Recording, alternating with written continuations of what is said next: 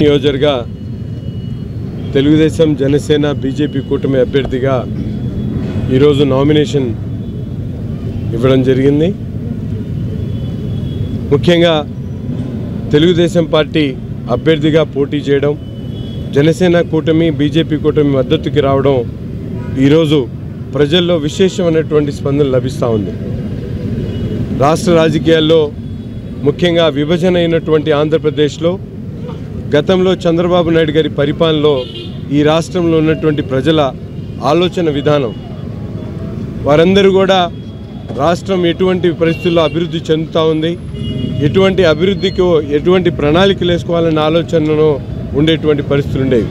కానీ ఈరోజు జగన్మోహన్ రెడ్డి గారి ప్రభుత్వంలో ప్రజలందరూ కూడా ఎలా బ్రతకాలి, ఎలా తినాలి అనే ఆలోచనతో భయపడుతున్నటువంటి పరిస్థితులు కనిపిస్తూ ఉన్నాయి.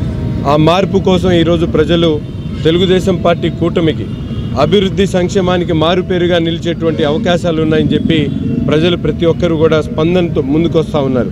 వారందరి ఆశీర్వాదంతో తప్పకుండా 2024 రేపు మే 13న జరగబోయేటువంటి ఎన్నికల్లో గుంటూరు తూర్పు నియోజకవర్గ తెలుగుదేశం పార్టీ అభ్యర్థిగా చంద్రబాబు నాయుడు గారి ఆశీస్సులతో, పవన్ కళ్యాణ్ గారి మద్దతుతో తప్పకుండా ఈ ప్రాంతంలో తెలుగుదేశం పార్టీ జెండాను ఎగరవేసేటువంటి విధంగా మేమందరం కూడా కలిసికట్టుగా పనిచేయబోతా ఉన్నాం. అత్యధిక మెజారిటీతో గెలిచి ఈ నియోజకవర్గ ప్రజలకు సేవ చేయడానికి మేమందరం కూడా సిద్ధంగా ఉన్నామని చెప్పి తెలియజేస్తూ మరొకసారి గుంటూరు నగర ప్రజలకు, అలాగే తెలుగుదేశం పార్టీ అధిష్టానానికి, పవన్ కళ్యాణ్ గారి అభిమానులకు, జనసేన పార్టీ నాయకులకు, ప్రతి ఒక్కరికి, బీజేపీ మిత్రపక్షానికి, అలాగే ప్రతి ఒక్కరికి కూడా పేరు పేరున హృదయపూర్వకమైనటువంటి ధన్యవాదాలు తెలుపుతూ ఈరోజు నామినేషన్ కార్యక్రమాన్ని పెద్ద ఎత్తున విజయవంతం చేసినటువంటి తెలుగుదేశం, జనసేన, బీజేపీ కుటుంబ సభ్యులందరికీ కూడా మనస్ఫూర్తిగా హృదయపూర్వకమైనటువంటి నమస్కారాలు తెలియజేస్తా ఉన్నాం.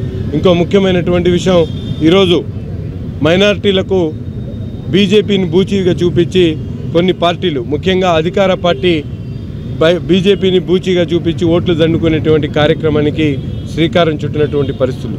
నేను అడుగుతా ఉన్న జగన్మోహన్ రెడ్డి గారికి, అలాగే వారి పార్టీ అభ్యర్థులుగా ఉన్నటువంటి వాళ్ళందరికీ కూడా నిజంగా 2014-19లో బీజేపీతో కలిసినప్పుడు ముఖ్యంగా ముస్లింల కోసం ఏమైనటువంటి కార్యక్రమాలు చేశారో దాని మీద చర్చకు రాష్ట్ర వ్యాప్తంగా ఎవరైనా ముస్లింలో ఉన్నటువంటి నాయకుడు ఎవరైనా సిద్ధంగా ఉంటే తెలుగుదేశం పార్టీ పక్షాన, జనసేన పార్టీ పక్షాన మాట్లాడడానికి నేను సిద్ధంగా ఉన్నా. సవాల్ విసురుతా ఉన్నా. నిజంగా వైసీపీలో ముస్లింల జీవిత గాథలను, ముస్లింల జీవిత స్థితిగతులను మార్చేటువంటి కార్యక్రమం జగన్మోహన్ రెడ్డి గారు ఏం చేశాడో ఒక్కసారి వివరించాల్సినటువంటి అవసరం ఉంది.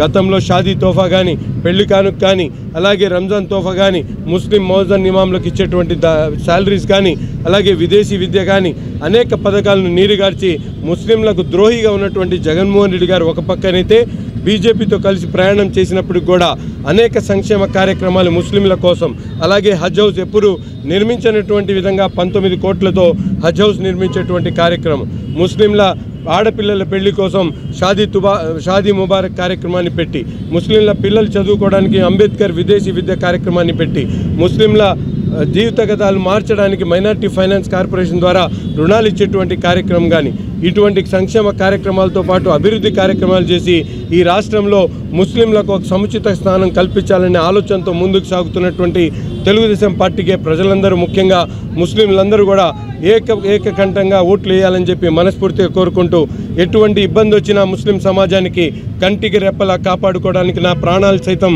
అర్పించడానికి సిద్ధంగా ఉన్నానని చెప్పి కూడా ఈ సందర్భంగా తెలియజేస్తా ఉన్నా. కేంద్ర ప్రభుత్వం అభ్యర్థిగా బీజేపీ, జనసేన, తెలుగుదేశం పార్టీ అభ్యర్థిగా నజీర్ అహ్మద్ గారు నామినేషన్ చేయడం జరిగింది. దీనికి పెద్ద ఎత్తున వచ్చినటువంటి తెలుగుదేశం, జనసేన, బీజేపీ కార్యకర్తలందరూ కూడా ధన్యవాదాలు తెలియజేసుకుంటూ, ఈ రోజున ఈ జనసముద్రంలాగా ప్రజలందరినీ కూడా చూస్తుంటే రాబోయే కాలంలో తెలుగుదేశం పార్టీ ఘన విజయం తథ్యం. నజీర్ అహ్మద్ భారీ మెజారిటీతోటి తూర్పు నియోజకవర్గం విజయకేతనం ఎగరేస్తున్నారని చెప్పేసి ఈ సభాముఖంగా తెలియజేస్తూ ఉన్నాం.